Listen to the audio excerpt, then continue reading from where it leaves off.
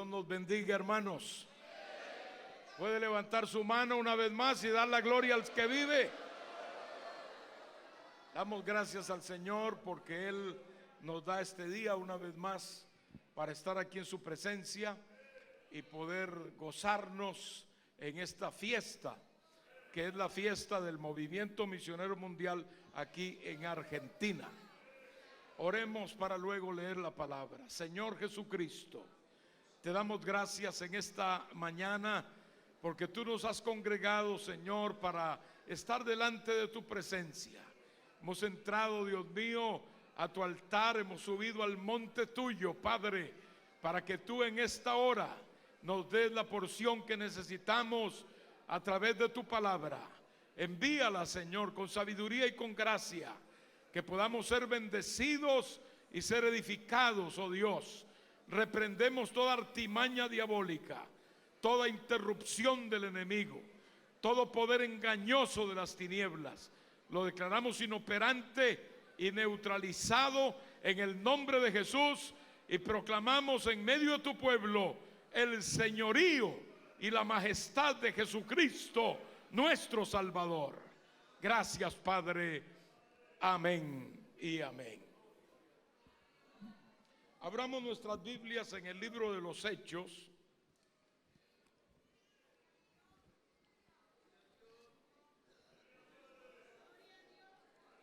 Cristo vive, aleluya.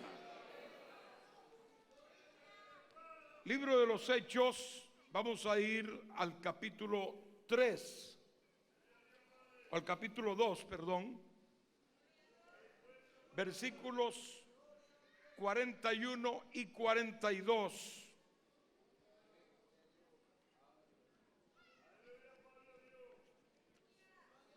En el nombre del Padre, del Hijo y del Espíritu Santo. Así que los que recibieron su palabra fueron bautizados y se añadieron aquel día como 3,000 personas y perseveraban en la doctrina de los apóstoles, en la comunión unos con otros, en el partimiento del pan y en las oraciones. Pueden sentarse, amados hermanos. Como se trata hoy de un culto de obreros, también se nos había ido o escapado mencionar al pastor José Laguna. Que se ponga de pie el pastor José Laguna. Aquí está el hermano, gloria a Dios. Hermano José Laguna es argentino, gloria a Dios, y trabaja en Salvador Massa. Lo único que el hermano tuvo su llamado y sus primeros años de ministerio en Bolivia, donde también estuvo colaborando en la obra del Señor allá, pero luego Dios lo movió acá a su tierra y en esta área llamada Salvador Massa, él ha estado levantando, también con asistencia desde Bolivia, porque es un lugar fronterizo, esta obra que está establecida en ese lugar. Pero como es una obra en territorio argentino, pertenece a la administración de la obra en Argentina. Y como el hermano también está trabajando aquí en Argentina, obviamente, pues también está dentro de el ministerio y el cuerpo pastoral de la Argentina. Por lo tanto, estamos hoy oficializándolo como un obrero más dentro de esta labor aquí en este país. Como aquella obra se levantó con asistencia desde Bolivia, pues se va a hacer un culto después para que en ese culto especial pues se hable de los principios de esta obra y una vez más se confirme y se siga esta dirección que es que esa obra, repito, pertenece a Argentina. Dios le bendiga, hermano pastor José Laguna.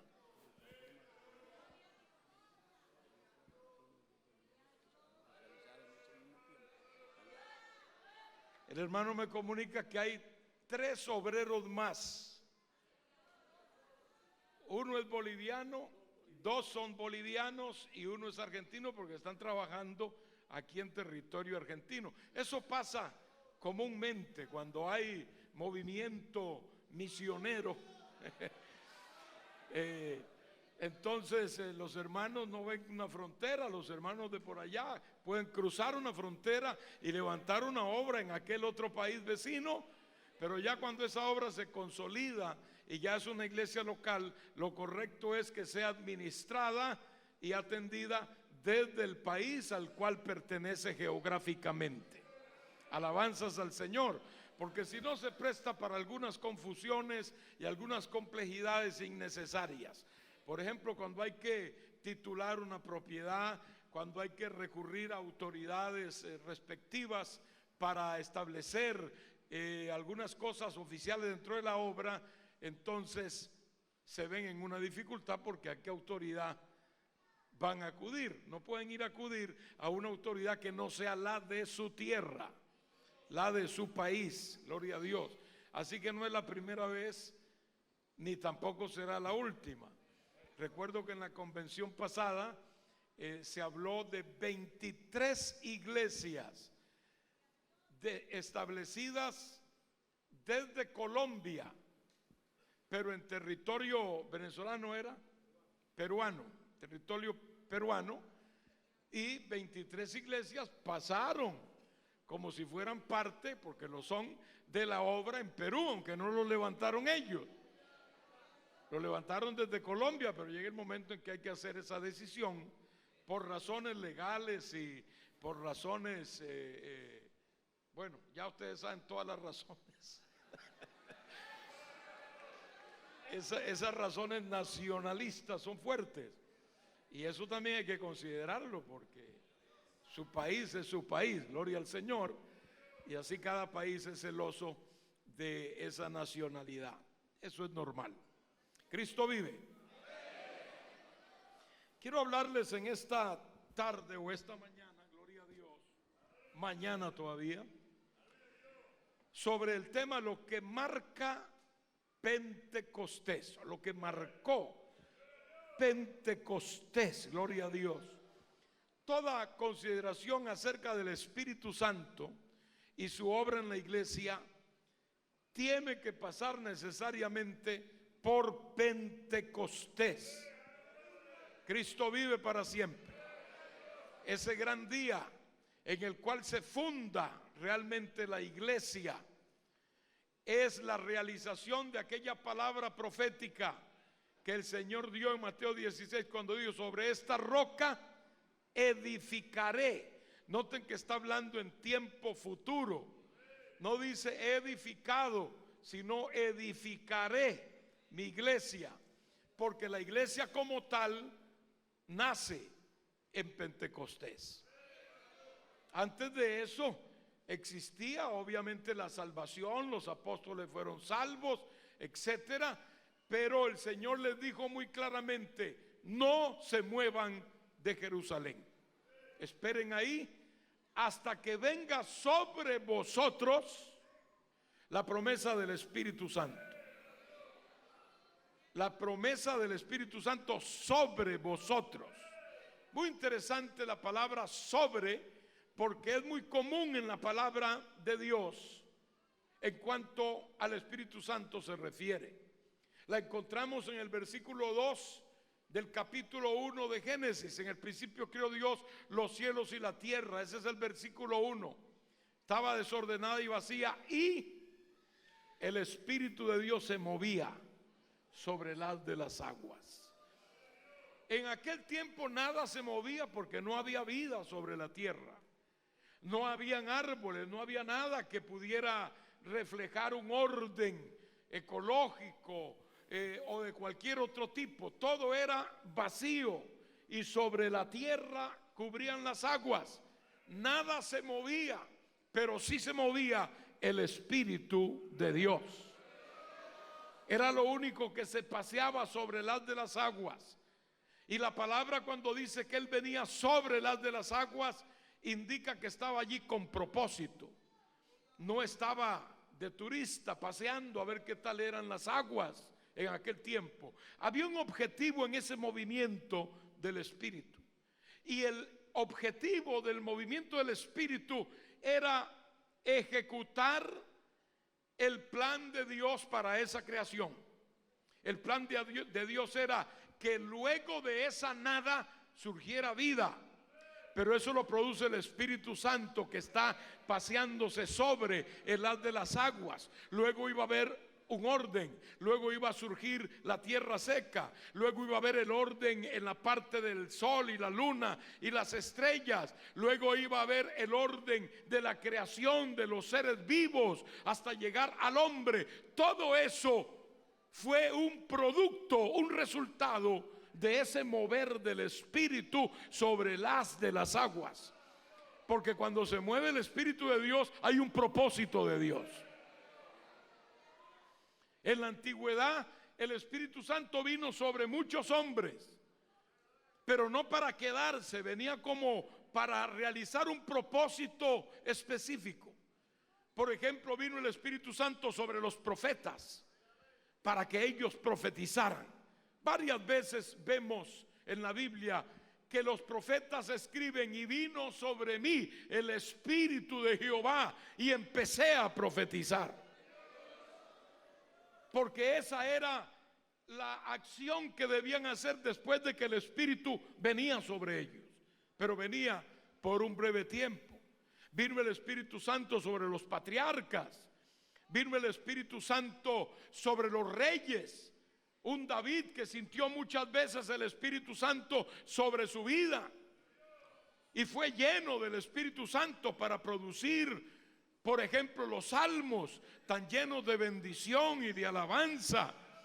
Ahí vemos el alma de David y el alma del creyente en general, como si fuera radiante y transparente en la presencia del Dios que nosotros adoramos. Alabanzas a su nombre. Producto de que el Espíritu Santo vino sobre ellos. El Espíritu Santo los cubría en un momento dado. Nunca dejó de moverse el Espíritu de Dios. No era el propósito cúspide todavía de ese movimiento, pero el Señor sabía que llegaría el momento en que el Espíritu Santo se movería de manera muy, pero muy especial en el tiempo en que le tocara, en la dispensación del Espíritu, a él el ministerio total, como sucede en la actualidad. Sea el nombre de Dios bendecido. El Espíritu Santo vino sobre alguien en especial cuando el ángel le dijo: y darás a luz un hijo y llamará su nombre Jesús, porque él salvará a su pueblo de sus pecados. Cuando María oyó eso, dijo: ¿cómo será esto? Porque yo no he estado con ningún hombre. Estaba solo comprometida con José, pero todavía el matrimonio no había llegado a la consumación. ¿Cómo será esto? La respuesta del ángel fue: el Espíritu del Señor vendrá sobre ti y te hará sombra. Por tanto, el santo ser que nacerá será llamado Hijo de Dios. ¿Cómo se produjo el milagro de la encarnación del Verbo eterno? El Dios haciéndose carne. El Espíritu Santo vino sobre aquella mujer. Cuando el Espíritu viene sobre, hay un propósito. No viene a pasear, no viene a perder el tiempo, no viene a ver qué pasa. Cuando el Espíritu Santo se mueve, Él es el gran ejecutivo de la divinidad. Hay algo que ejecutar, hay algún plan que desarrollar. Bendito sea el Cordero. El mismo Jesús dijo: el Espíritu del Señor está sobre mí y me ha enviado a predicar buenas nuevas a los pobres, a proclamar el año de la buena voluntad de Jehová. Toda la predicación de Cristo fue obra del influjo del Espíritu Santo en él.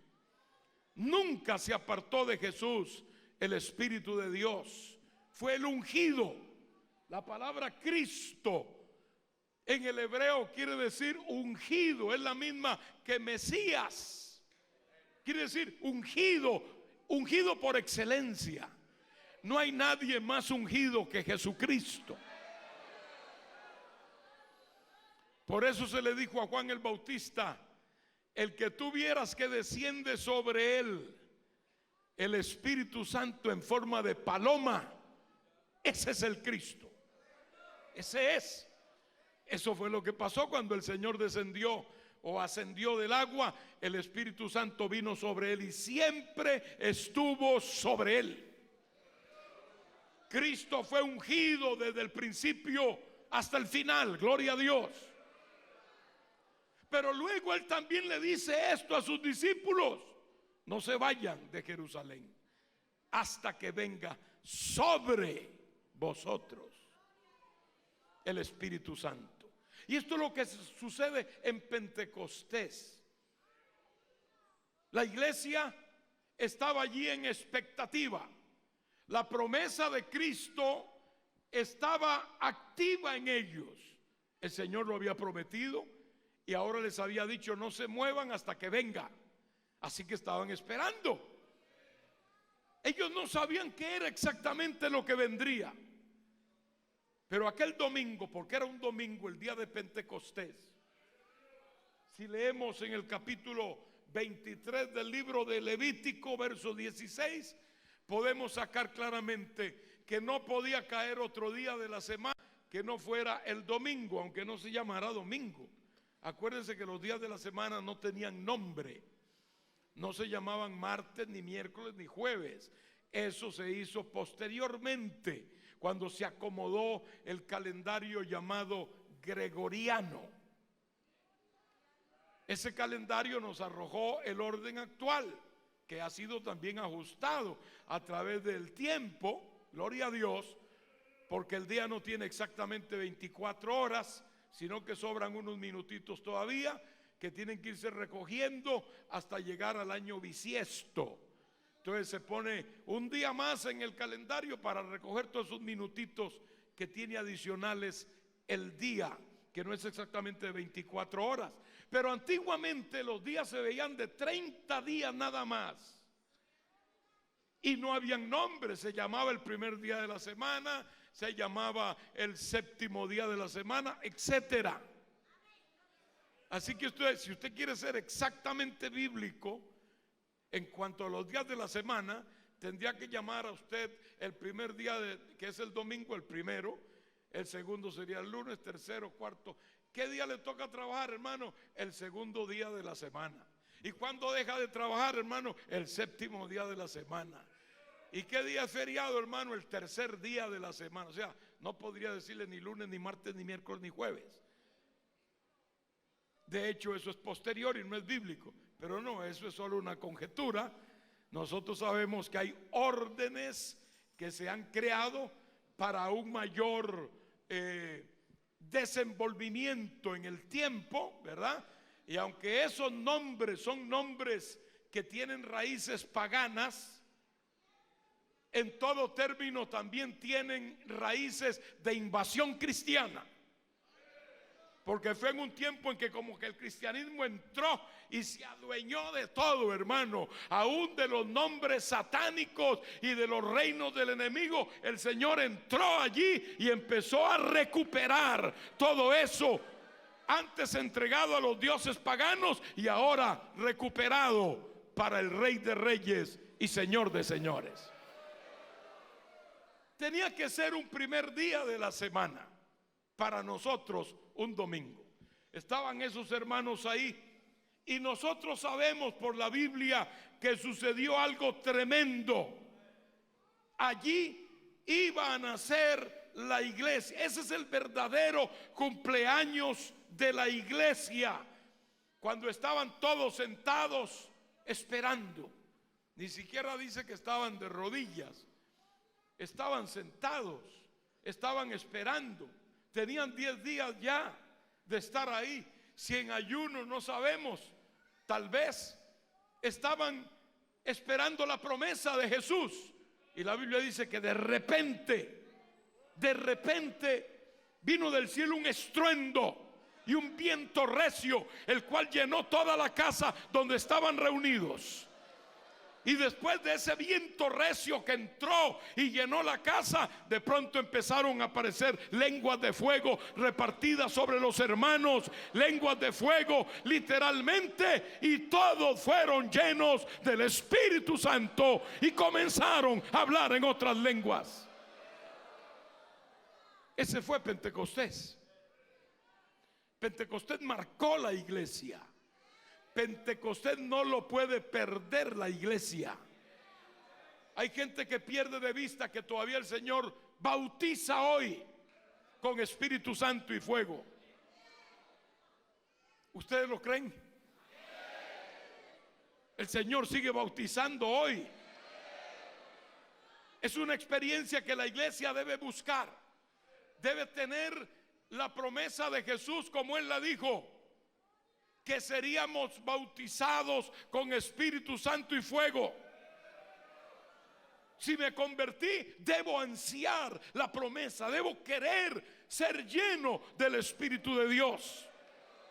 Por eso es que muchos no lo son y pasan 20, 10, 15, 30 años y nunca fueron bautizados en el Espíritu Santo, porque tal vez no lo desearon como debe ser deseado. Y no es que se necesite 40 días de ayuno para uno ser lleno. Eso Dios lo prometió y es suyo. Se acabó. Dios se lo dio. Solo tiene que recibirlo. Créalo de todo corazón. Hay gente que cuando está en la búsqueda del Espíritu ni siquiera se oye un aleluya. Ni siquiera le sale un gloria a Dios. No puede hablar ni en español alabando a Dios, menos en lenguas. Porque nadie puede hablar en lenguas para él mismo en sí. Es decir, que no se oiga, que no tenga la experiencia de hablar. Hay que hablar, aunque fuera bajito más adelante, pero hay que hablar en otras lenguas para decir que somos bautizados en el Espíritu. Eso no es un invento de los pentecostales.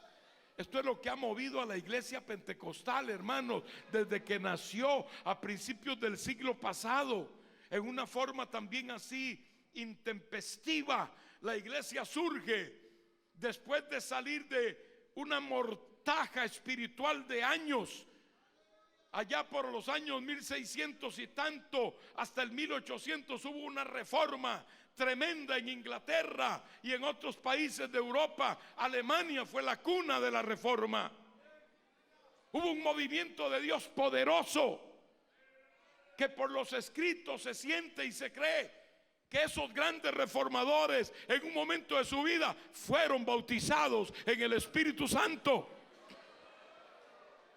Se enfrentaron a un imperio que tenía el poder de matarlos, de deshacerlos, y tuvieron en algunos casos que huir y esconderse, como hizo el Señor en alguna ocasión. Alabado sea Dios. Y empezó un movimiento tal que países enteros se convirtieron a Jesucristo. Entre ellos Inglaterra, Escocia, Suecia y otros países que a nivel nacional se convirtieron a Jesucristo. Después de tener una vida en la religión tradicional, despertaron a la fe y se convirtieron. Alabado el nombre de Jesucristo. Todavía en las costumbres de esos países se nota que estaban influidos por el cristianismo. Alabanzas al Señor. Es maravilloso ver, por ejemplo, en Suecia. Si usted va a Estocolmo, una ciudad impresionante, va a encontrar muchos monumentos de próceres de la patria. ¿Y sabe qué eran esos próceres? Pastores evangélicos, predicadores del evangelio. Alabanzas al Señor, porque fueron los iniciadores de un gran movimiento de Dios, que aún la parte política de las naciones, en su forma sana de ver, fue influida por ellos. Cristo vive, hermanos. Pentecostés se movió allí, pero luego cayó en un letargo.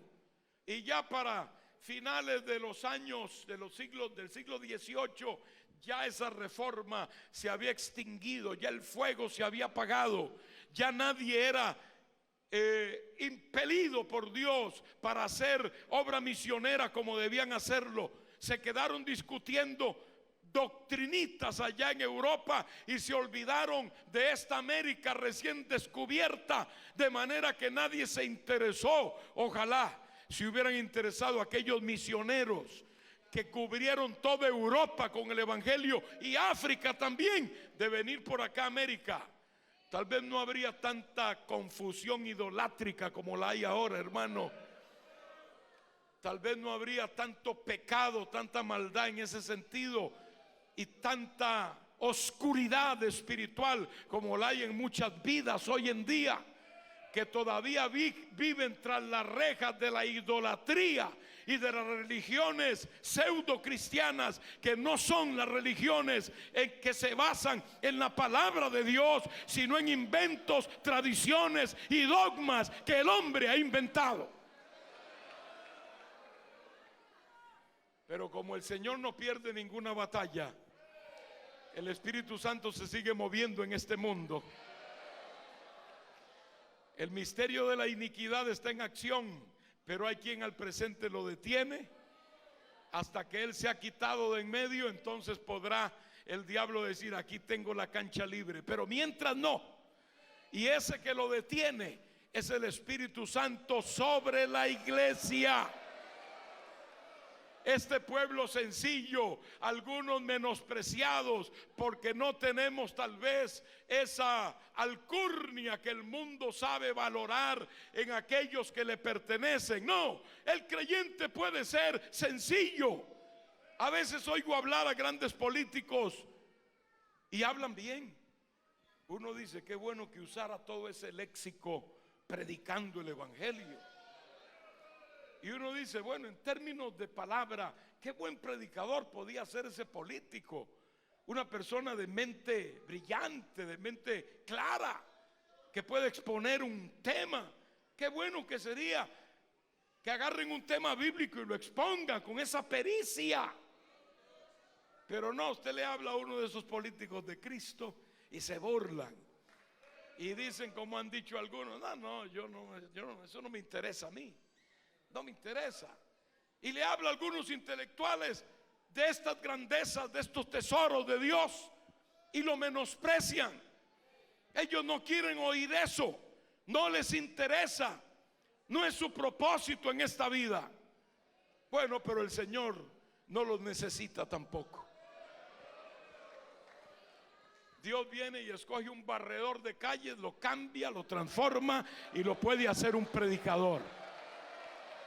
Dios agarra al carpintero, al zapatero, al obrero de la construcción, al hombre sencillo, corriente, y lo salva, lo prepara, le da dones, le da capacidades, le da un ministerio y lo pone a proclamar el evangelio de Jesús. Pablo lo dice: mirad vosotros mismos que no sois muchos nobles según la carne, sino que lo necio del mundo escogió Dios para avergonzar a los sabios, y lo débil del mundo para avergonzar a lo fuerte, y lo vil, lo menospreciado, lo que no es, para avergonzar y deshacer lo que es, para que nadie se jacte en su presencia. Para Dios eso no es un problema, nunca lo ha sido. Como cuando escogió a los pescadores que le siguieron, hombres sin letras, como les decían, pero que se pararon entre los grandes intelectuales religiosos de su tiempo y los dejaron boquiabiertos, porque ellos no hablaban su propia palabra, sino la revelación que habían recibido de Dios. No estaban allí en su propia fuerza ni en su propio nombre, sino en el nombre de Jesucristo. y sobre ellos y en ellos se movía el Espíritu Santo de Dios. Esa es la gran diferencia, hermano. El Espíritu de Dios hace la diferencia. Por eso es que el Señor levantó esa iglesia también de gente sencilla. Y no es que no haya gente de altura intelectual entre nosotros, también los hay. Claro que los hay. A estas alturas en el movimiento hay toda clase de profesionales. Hay médicos, hay ingenieros, hay arquitectos, hay abogados por montones en nuestras congregaciones. Porque también hay gente que, aunque sea entendida en las cosas del mundo, es alumbrada por el Evangelio y captan y se entregan al Señor con todo el corazón. Sea Dios glorificado. Es más, yo he conocido gente millonaria que es un fiel seguidor de Jesucristo. Gente que no pone su confianza en la plata. La tienen por montones, pero su confianza no está ahí. Su confianza está en el Señor Jesucristo. Sí los hay también, gloria al nombre del Señor Jesucristo. Pero no vamos a negar que la mayoría de nuestro pueblo es un pueblo sencillo. Es un pueblo humilde. Pero no se preocupe, que con esta gente es la que Dios trabaja en forma descomunal. Bendito sea el Cordero de Dios, porque es gente de Dios. Una reina de Inglaterra le decía a sus ayudantes: yo le tengo más miedo a fulano de tal, un predicador, en oración, que a un ejército que venga contra mí.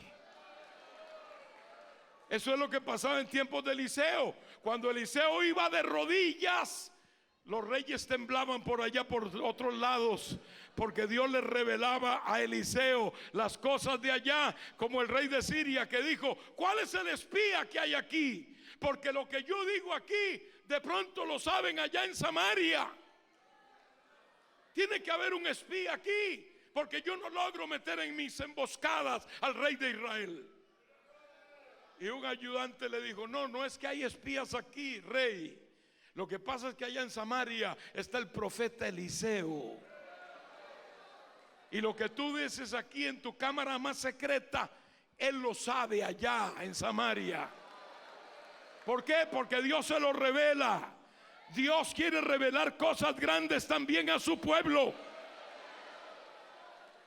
Alabado sea el nombre de Dios. El Espíritu Santo tiene un cofre de riquezas espirituales para cada uno de nosotros también. Jehú era un profeta ciego y llegó una mujer queriéndolo engañar porque era la esposa del rey y ella no debía entrar públicamente ahí. Cuando llegó esta mujer, que era la esposa de un rey impío en Israel, alabado sea el Señor, y llegó y puso los pies en el dintel o en el umbral de la puerta del profeta Jehú, que ya por la edad era ciego. El profeta desde allá la llamó por su nombre y le dijo: ¿qué has venido a hacer? ¿Por qué te finges otra? La mujer, yo creo que se le paró el pelo, alabado sea el Señor. Y luego la hizo pasar y le dijo: el mensaje para ti y para tu esposo es el mismo. Viene juicio de parte de Dios. Ustedes se han alejado de Jehová, el Dios de Israel, y por lo tanto viene castigo de parte de él. Y así se fue para su casa la mujer de este rey impío. Hermanos míos, el Espíritu Santo revela. El Espíritu Santo puede hacernos conocer las cosas del Espíritu, porque es el Espíritu el que conoce lo profundo de Dios, igual que el Espíritu nuestro, pero Él también nos las da a conocer por ese Espíritu que mora en nosotros. Puede levantar su mano y dar gloria a Dios. Y siempre será el mismo resultado, siempre. Cuando el Espíritu de Dios se mueve, hay un resultado. Pentecostés dio un resultado. 3,000 se convirtieron cuando Pedro predicó. Pero no fue Pedro, como dice el coro, fue el Espíritu Santo, que se movió como un torbellino de fuego invisible y entró en las mentes de esta gente que estaba oyendo. Y cuando Pedro hizo el llamado, hermanos, temblando, dijeron: bueno, ¿qué tenemos que hacer? ¿Qué tenemos que hacer? Convertíos de vuestros pecados, aleluya. Crean en el Señor Jesucristo y se convierten 3,000 almas en un solo racimo, hermanos. Esto es obra del Espíritu Santo. Es decir, el Espíritu Santo está presente en la conversión de la gente. Así que los que recibieron su palabra fueron bautizados y se añadieron aquel día como 3,000 personas. ¿Qué es lo que predicó Pedro? Predicó lo mismo que predicamos nosotros: que Cristo fue clavado en una cruz, que murió por los pecados del ser humano, que puede perdonar a la raza humana que se arrepiente, que Cristo no solo murió, también resucitó. Porque si se hubiera quedado en la tumba, no hubiera pasado nada. La gente quiso impedir que Cristo resucitara. El diablo llamó a su ejército y le dijo: pónganle una piedra a la boca de la sepultura y pongan allí soldados para que estén custodiando día y noche. El diablo dice: además, pónganle el sello del Imperio Romano para que no salga de ahí. El diablo se olvidó que esas armitas no tienen efecto para el Todopoderoso. Y ese día domingo, también domingo, miren qué interesante, un domingo, ese día domingo, primer día de la semana, la piedra no aguantó y se movió. Se rompió el sello del más grande imperio del mundo, que era el Imperio Romano. Los policías o soldados cayeron a tierra. Aleluya. Y luego salió el Hijo de Dios victorioso, porque la muerte no podía retenerlo. La muerte fue derrotada definitivamente allí en esa tumba. Eso es lo que predicamos. No predicamos a un Cristo muerto. No predicamos a un Cristo eternamente crucificado. No, Señor, Él fue crucificado, pero venció en la cruz. Allí exhibió públicamente a Satanás y sus demonios, y clavó el acta de los decretos que había contra nosotros. Y luego de la tumba se levantó. Ese es el mensaje del Evangelio.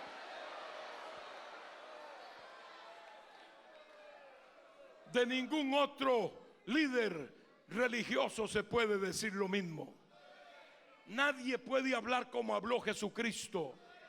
Con todo el respeto, ni Confucio de los chinos, ni Mahoma el de los del Medio Oriente, ni tampoco Buda el de los chinos y japoneses. Ninguno de ellos puede hablar, ni pudo hablar lo que Jesucristo habló.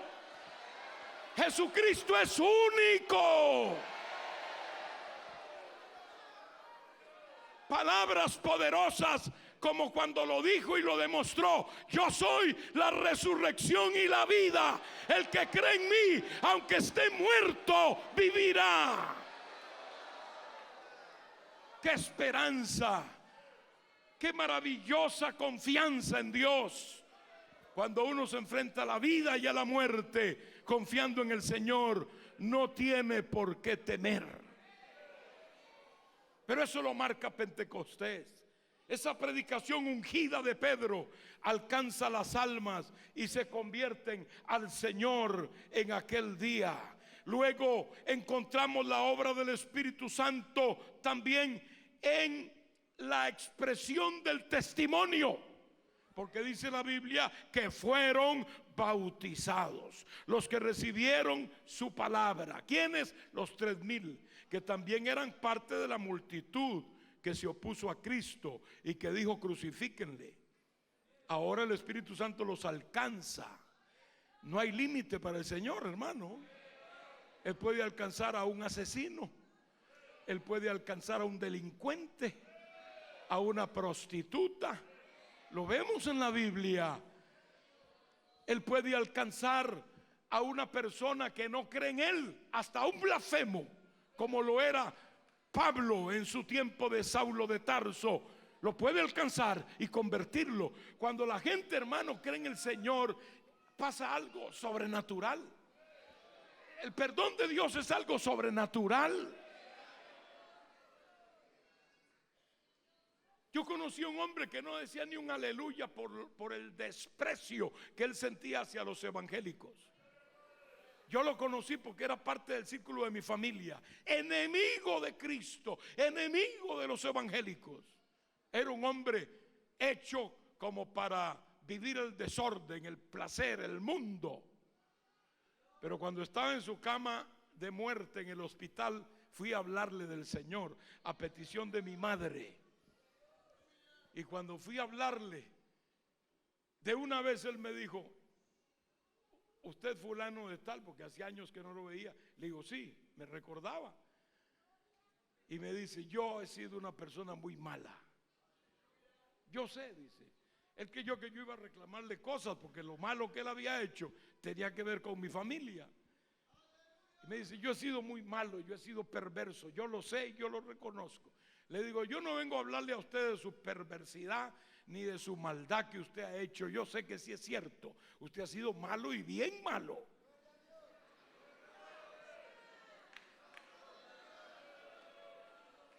Pero me mandó fulana, que es mi mamá, era mi mamá, y vengo a hablarle de algo distinto. ¿Qué? ¿Qué me venía a decir? Y le digo: yo lo que quiero decirle es que Cristo está dispuesto a perdonar sus pecados. Y ahí sí me puso toda la atención del caso. Yo estaba solo con él en esa habitación del hospital, y eso me permitió poder hablarle ampliamente y decirle: Ernesto, Dios hoy puede verlo a usted como un recién nacido, como que usted nació hoy, un niño que no ha hecho ninguna maldad, que no ha hecho ningún pecado. Usted lo ha hecho, pero el perdón del Señor es tal que desde hoy en adelante lo puede haber como si usted nunca hubiera pecado. Él recibió ese mensaje porque yo lo sentí, hermano. Abrió sus ojos y me dice: bueno, ¿qué tengo que hacer? ¿Qué tengo que hacer? Le digo: lo único que tiene que hacer es creer en Jesucristo. Arrepiéntase en este día y el Señor va a perdonar sus pecados. Pero ¿cómo? Le digo: aquí lo dice en la Biblia, y le leí la palabra 1 Corintios 5, donde dice: el que está en Cristo, nueva criatura es. Las cosas viejas pasaron, he aquí todas son hechas. Yo quiero, me dijo, yo quiero. Le digo: bueno, ahora mismo repita. Y empecé a guiarlo en la oración del pecador. Hermano, el hombre estaba verdaderamente entusiasmado. Se le veía en su rostro. Oré por él, reprendí esos miles de demonios, no sé cuántos. Tal vez no miles, pero bastantes tenía dentro. Y yo sentí que el Señor lo había libertado. Yo me tuve que ir del país ese día o al día siguiente, y ya no me di cuenta qué pasó inmediatamente, pero después me lo contaron. Hermano, él duró 2 días más y murió. Pero ese día siguiente él amaneció diciendo: aleluya, gracias Dios, aleluya. Las enfermeras se asustaron, hermano. Llegaron y le dijeron: ¿qué le pasa a don Ernesto? Porque una persona que aún ahí él era muy apto para ganarse a la gente, muy sociable. Y entonces las enfermeras: don Ernesto, ¿qué le pasa? Dice: no, es que yo me siento distinto ahora. Lo único que yo quiero es, por favor, llamen a este teléfono y que venga fulana de tal y fulano y perencejo. Y un montón llamó, porque yo quiero pedirles perdón a ellos también. Yo no quiero irme así. Dios me ha perdonado, eso me lo dijo José, el pastor. Dios me ha perdonado, pero yo quiero que ellos también me perdonen. Y llegó la gente allí, entre ellos mi propia madre. Y él dijo: perdónenme, por favor. yo he sido malo, pero yo pido perdón porque yo sé que Dios me ha perdonado. Eso me lo dijo José Arturo y yo lo creo. Yo sé que Dios me ha perdonado. Me siento liviano, dijo. Me siento como en el aire. Me gané esa alma ya en el último round. En el borde mismo del precipicio lo alcancé. ¿Eso qué es? ¿Convencimiento? ¿Eso qué es? ¿Que yo le hablé bonito? No, ese es el Espíritu de Dios. Actúa en la conversión de cualquier persona. El Espíritu Santo es el que te convence de tu pecado. Es el que aplica la palabra y te da convicción de que estás mal con Dios. Entonces el Espíritu Santo te sigue guiando y te enseña qué tienes que hacer para ser salvo. Te señala a Jesucristo, te señala la cruz del Calvario y te dice: acude a Él ahora que hay tiempo. Este es el día aceptable. Hoy es el día de salvación. Por eso la gente aceptó y se bautizó. ¿Sabe qué significaba eso? Decir: yo soy seguidor de Cristo. Eso significaba en muchos casos la muerte. En todo caso una persecución encarnizada. Pero decían: yo quiero decirle al mundo que soy seguidor de Cristo. Eso es lo que significa bautizarse, porque el Espíritu Santo está presente en la conversión y está presente también en el testimonio de la iglesia de Jesucristo. Toda conversión verdadera es obra del Espíritu Santo de Dios. Nicodemo vino y le dijo a Jesús: Señor, maestro, sabemos que has venido de Dios como maestro, porque nadie puede hacer estas cosas que tú haces si Dios no está con él. Él creyó que el Señor le iba a decir: bien dicho, don Nicodemo, colega, la verdad que tú también eres un maestro de Israel y sabes pensar muy bien. ¿Le dijo eso el Señor a Nicodemo? Lo partió en dos, lo deshizo. De cierto te digo, si tú no naces de nuevo, no puedes ver el reino de Dios. ¿Qué es lo que le está diciendo? Lo que tú eres no sirve para nada. Maestro principal de los judíos, hombre de moral, hombre de gran cultura y de gran reputación, todo eso no sirve para nada.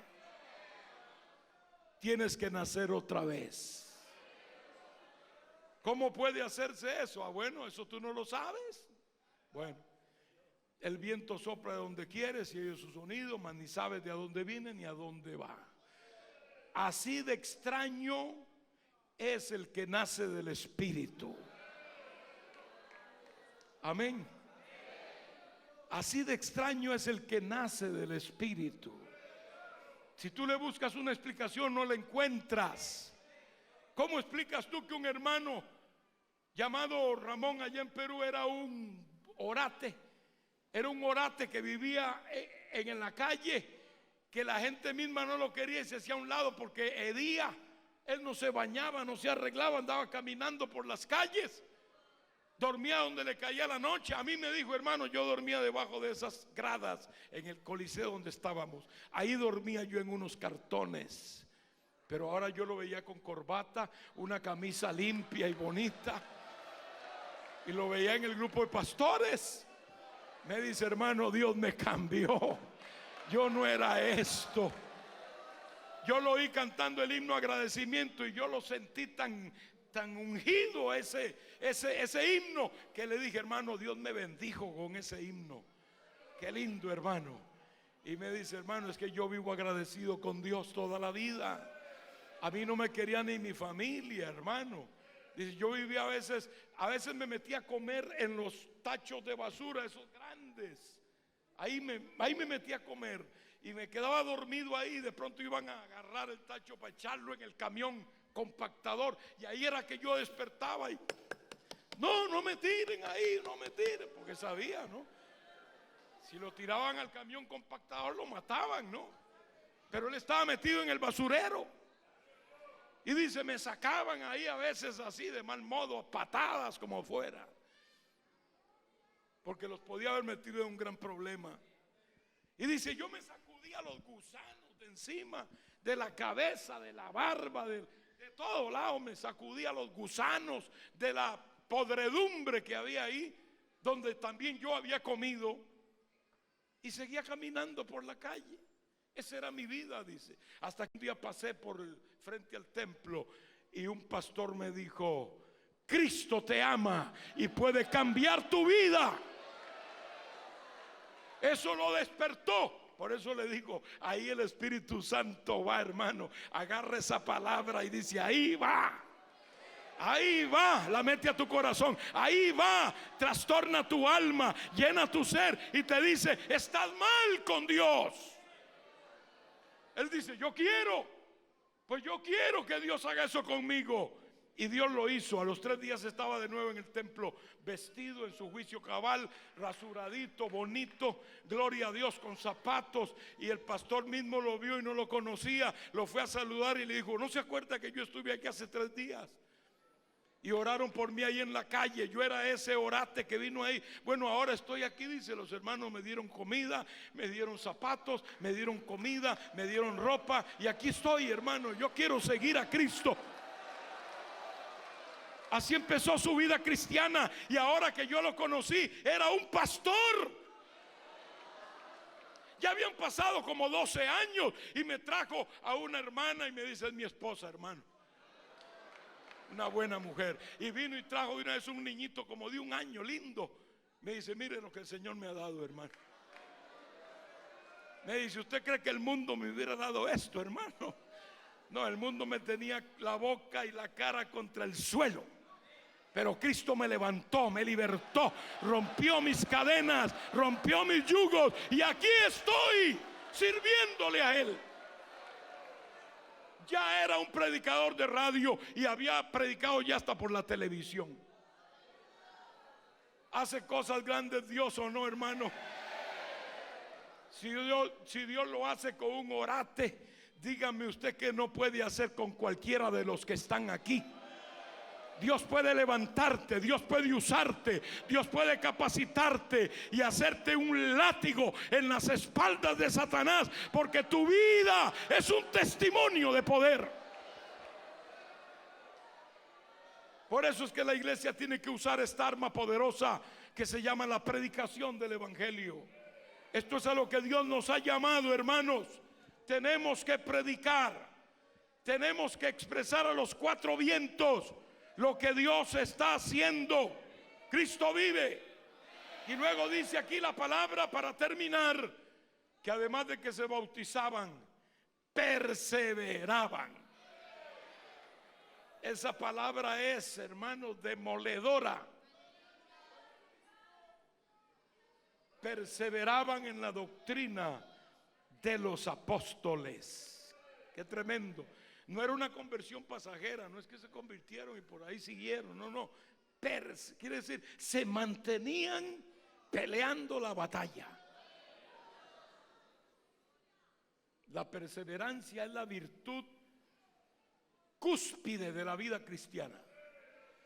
Tal vez no es una virtud muy romántica, pero es la mejor virtud, porque todas las demás virtudes pierden su brillo si no hay perseverancia. A veces el diablo ataca en esto. Qué lindo es cuando uno dice, aquel hermano que estaba aquí en la convención pasada, ¿qué se hizo? Y el pastor dice, ahí está, hermano, está firme. Qué gozo, ¿verdad? Y aquel hermano hace 10 años, ahí está, hermano. Hace 15, hace 20 y ahí está. Eso vale la pena en el pueblo, hermano. Claro que uno se goza con los recién convertidos, con los niños en el evangelio, estos que son recién convertidos, que vienen con esos problemitas de siempre, de recién convertidos, y también ese gozo del recién convertido que no se debe apagar nunca. Pero qué bueno es ver también esos hermanos viejos en la fe, que están ahí firmes. Yo siempre digo que son como esos viejos leones que están ahí echados, ya no andan haciendo mucha pirueta, pero están ahí echados, ¿verdad? Y a veces se mandan su buen rugido con un aleluya. Amén, hermano.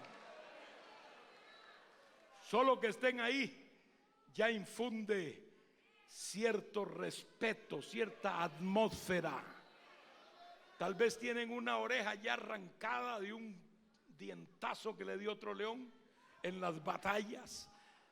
Tal vez tiene un moño de pelo arrancado, unas cuantas rayas por la cara de las batallas que han pasado, porque todo cristiano que persevera tiene que batallar, tiene que pelear, tiene que luchar. Aquí los que estamos por todo este tiempo no estamos en un lecho de rosas, hermano mío. Algunos creen que nosotros no tenemos pruebas, pero yo le vuelvo a decir, yo le cambio las mías por las suyas. Y si quiere le doy un vueltito también, gloria a Dios. Todos tenemos que pelear la batalla. Y la batalla es hasta el final. La batalla se acaba cuando se acaba, no es antes. Pero sucede que esa fuerza que actúa en nuestra conversión y que actúa en nuestro testimonio, también actúa en nuestra perseverancia. Él es el que nos sostiene. Él es el que nos sostiene con su mano derecha. Y a veces el diablo te dirá: ¿no te has cansado ya de andar con esa Biblia bajo el brazo ya por 10 años? ¿Por 15 años? ¿Por 20 años? 30 años y todavía andas tú con esa Biblia predicando. 40 y pico de años como tenemos algunos aquí. Al diablo hay que decirle: no, no me he cansado. No, ni me voy a cansar. Si tengo que caminar otros 45 años sobre tu cabeza, los voy a caminar en el nombre de Jesús. El diablo sabe que 40 o 50 años no son nada. ¿Qué son 50 años? No son nada. Tal vez un joven, un niño dirá: no, eso es mucho. Pero no, realmente los que ya peinamos canas sabemos que 20, 25 años, como decía el tanguero, no son nada. Pasan rápido. El diablo también lo sabe, y lo sabe mejor. ¿Qué es un día para Dios? Un día para Dios.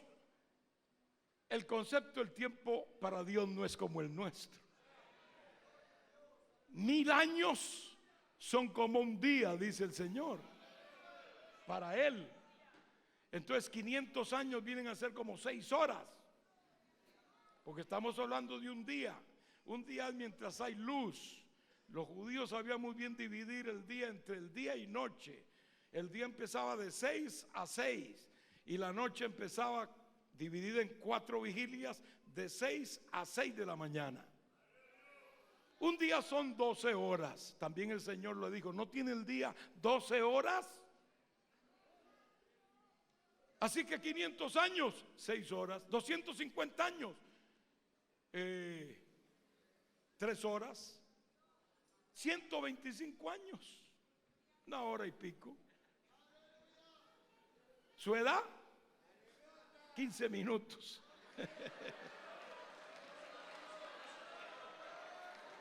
...15 minutitos. Ya está el hombre topo, como le llamo yo, el hombre tierra, topo. Mira hacia Dios y le dice: tú no existes. Y Dios lo mirará de arriba y dirá: que no existe eres tú, papá. Acabas de nacer y en 15 minutos serás polvo. Eso sí es no existir. Hermanos míos, el tiempo de nuestra perseverancia no es mucho. realmente a los efectos de quienes nos rodean espiritualmente hablando, sobre todo Dios e incluyendo a los demonios y a Satanás, no es mucho, es un átomo de tiempo, algo pequeño. Pero hay que perseverar, hay que perseverar.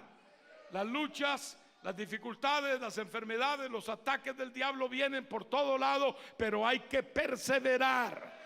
Y no es una carrera rápida, es una carrera más bien lenta de un maratón, pero ahí vamos, echando para adelante, vamos avanzando, gloria a Dios. No nos quedamos en el camino, no nos detenemos, no nos ponemos a la orilla a descansar, vamos perseverando, porque el que perseverare hasta el fin, ese será salvo.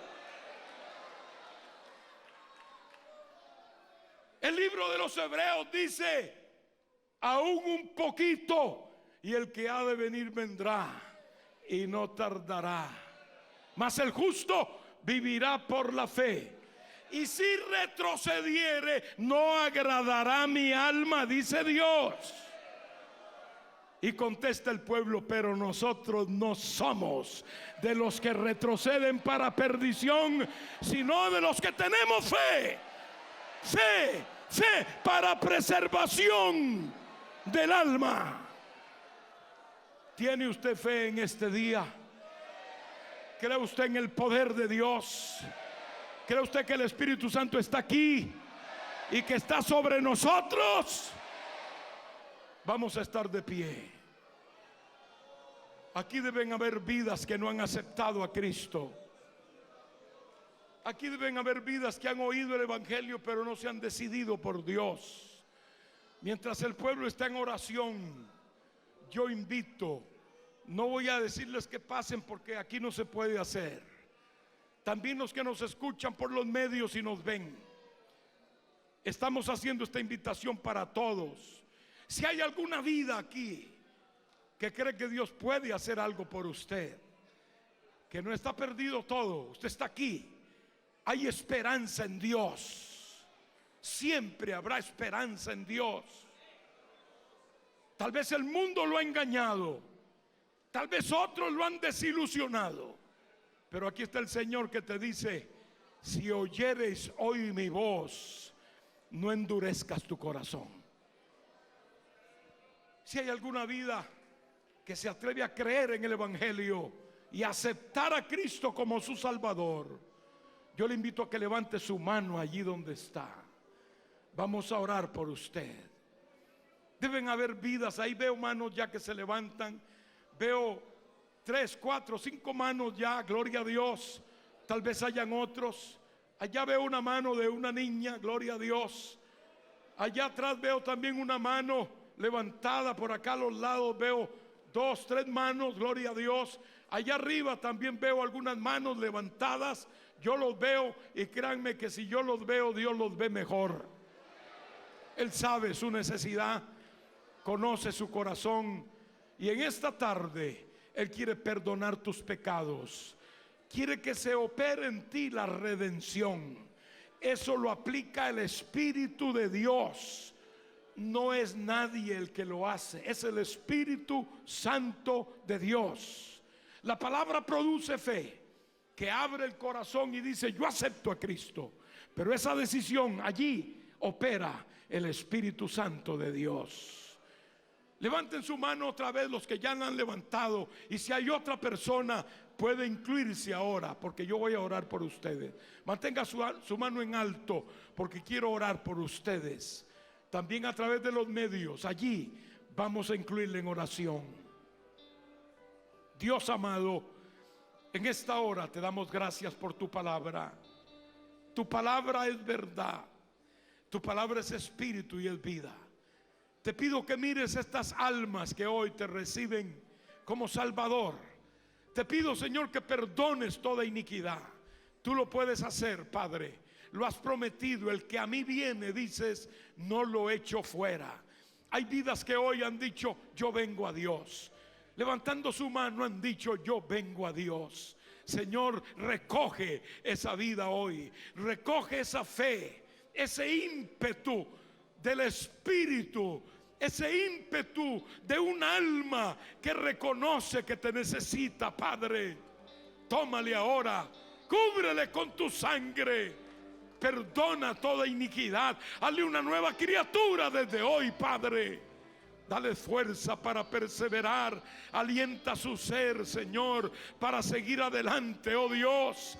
Usa instrumentos poderosos en tus manos, Dios mío, para bien de tu obra y bien de muchas vidas que han de ser bendecidas por estas personas que hoy te reciben, Señor.